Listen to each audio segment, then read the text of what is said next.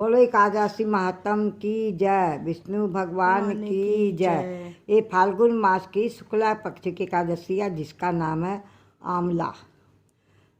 मानधाता बोले, हे वशिष्ठ जी, यदि आप मुझ पर प्रसन्न हैं तो व्रत की कथा कहो जिससे मेरा कल्याण हो। महर्षि वशिष्ठ बोले, हे राजन, सब बातों से उत्तम और अंत में मोक्ष को देने वाला फाल्गुन शुक्ला मास की अम्ला एकादशी का वर्णन करता हूँ। इस व्रत का पुण्य 1000 गौदान के फल के बराबर है। मैं आपसे एक पौराणिक कथा कहता हूँ, उसे ध्यानपूर्वक सुनो। एक वैदिक नामक नगर था। उसमें ब्राह्मण, वैश्य, क्षत्रिय, शूद्र चारों वर्ण आनंदपूर्वक रहते थे। उस नगर में सदैव वेद ध्वनि गूंजा करती थी।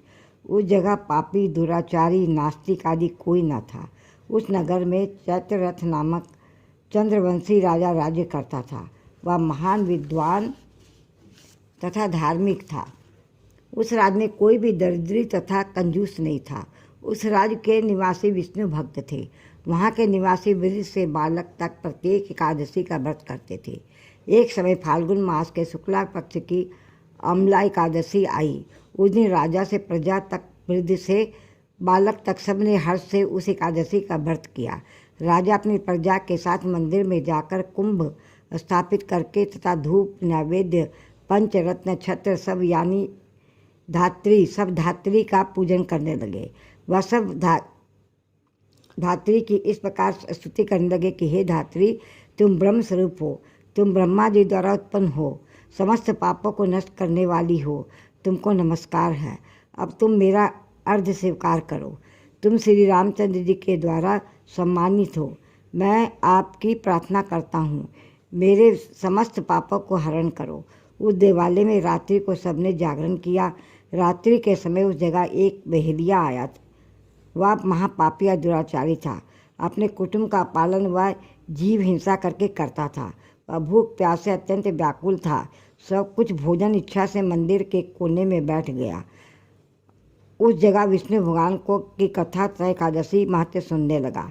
इस प्रकार उस बहेलिये ने उस समस्त रात्रि को अन्य लोगों के साथ जागरण में व्यतीत की। प्रातःकाल होते ही सभी लोग अपने अपने घर चले गए। इस प्रकार बहेलिया भी अपने घर चला गया और भोजन किया। कुछ समय बीतने के पश्चात उस बहेलिये की मृत्यु हुई।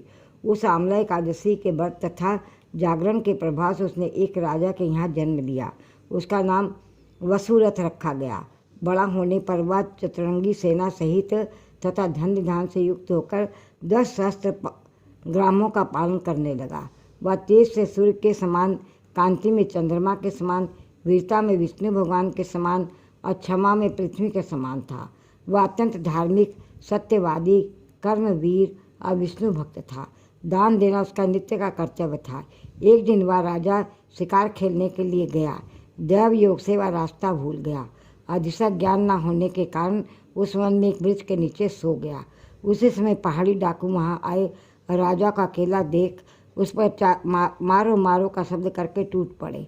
वह डाकू कहने लगा कि इस दुष्ट राजा ने हमारे माता पिता, पुत्र पौत्र आदि संबंधियों को मारा है तथा देश से निकाल दिया, अतः इसे अब अवश्य मारना चाहिए।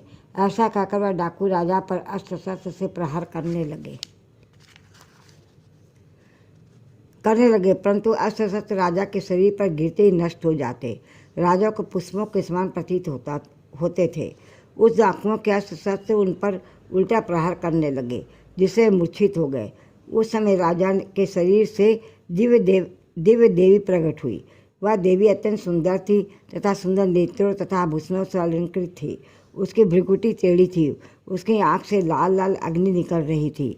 वह उस समय दूसरे काल के समान प्रतीत होती थी। उसने सब डाकुओं को काल के गाल में पहुंचा दिया। जब राजा जगा तब इन डाकुओं को मरा हुआ देखकर सोचने लगा कि इन शत्रुओं को किसने मारा है। मेरा इस वन में कौन ही तैसी है रहता है।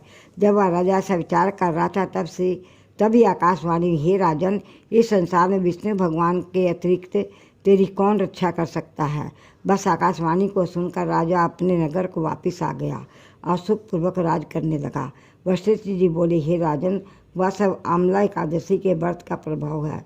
जो मनुष्य इस आंवला एकादशी का व्रत करते हैं वह प्रत्येक कार्य में सफल होते हैं अंत में विष्णु लोक को जाते हैं। बोलो एकादशी महात्म की जय, विष्णु भगवान की जय।